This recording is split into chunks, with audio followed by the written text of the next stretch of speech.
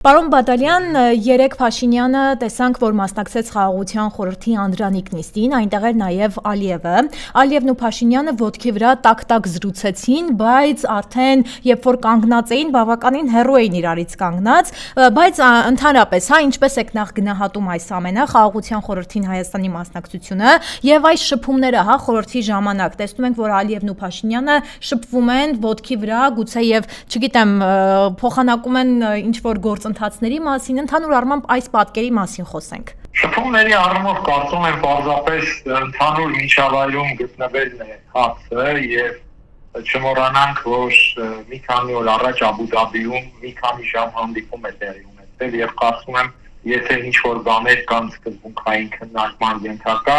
ապա այդ հանդիպմանը այդ ամեն ինչը քննարկվել է թե առանձին թե պատվիրակությունների ձևաչափով։ Ըստ այդմ կարծում եմ Փաշինյան-Ալիև շփումները այդ միջավայրերում ընդհանրապես պայմանավորված են ընդհանուր վայրում գտնվելու հանգամանքով։ Մենք տեսնում ենք օրինակ այդպիսի շփումներ եղել են եվրոպական քաղաքական համայնք գագաթնաժողովի շրջանակում, դարձյալ այսպես Սուրճի սեղանի շուրջ, այսպես ասած։ Ինչ վերաբերում է Հայաստանի մասնակցությանը Խաղաղության խորհրդին, Հայաստանը թերևս մասնակցում է այնքանով, որքանով օգոստոսի 8-ի process-ի մասնակից է,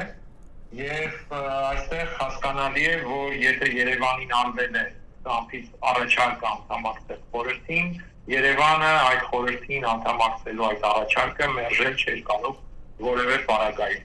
Ինչ է անում Երևանը խորհրդում, այստեղ իհարկե հարցեր առաջանում են, այսինքն բացի նրանից, որ Երևանը Թրամփի խաղաղության վիճակագրության մասնիկ է, այսպես ասած, եւ բացի նրանից, որ այդպիսի միջոցառումներում Թրամփը պարբերաբար մասնակցույց է անում Փաշինյանին ու Ալիևին, մենք տեսանք Վաշինգտոնում նաև նրանց հորդորեց ձեռքբերել, այսպես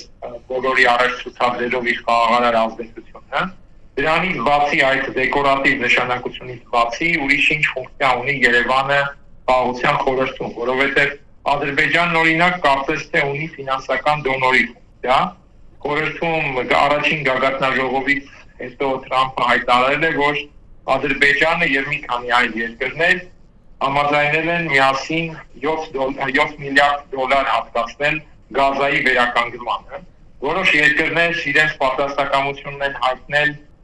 զինված ուժերի այդ կայունության խաղաղապահ ուժերի կազմում ստորաբաժանումները կերտելու մասին,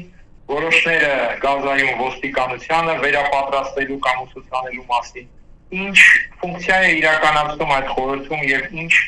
ֆունկցիա է ունեցել Հայաստանը բացի այնտեղ ներկա լինելուց, սա մնում է բացառ։ Ամենևին չի նշանակում, որ Հայաստանի վերաբերյալ պատկերացումներ ընդհանրապես չկան Թրամփի մերձարևելյան քաղաքականության համատեքստում, բայց կարծում եմ այդ պատկերացումները արդեն բոլորովին այլ տրամաբանության մեջ են եւ իմ գնահատմամբ դրանք կարող են կապված լինել արդեն մերձավոր արևելքում հայկական գործոնի առանցքային արտահայտչի հետ։ Խոսքը հայ առաքելական եկեղեցու մասին է եւ այն process-ները, որ Նիկոլ Փաշինյանի նախաձեռնությամբ ծավալվում են այսօր հայ առաքելական եկեղեցու շուրջ, եւ դրանցում տեսնում եմ նաեւ մերձարևելյան քաղաքականության բավականին ընդգծված միտումներ եւ մոտիվներ։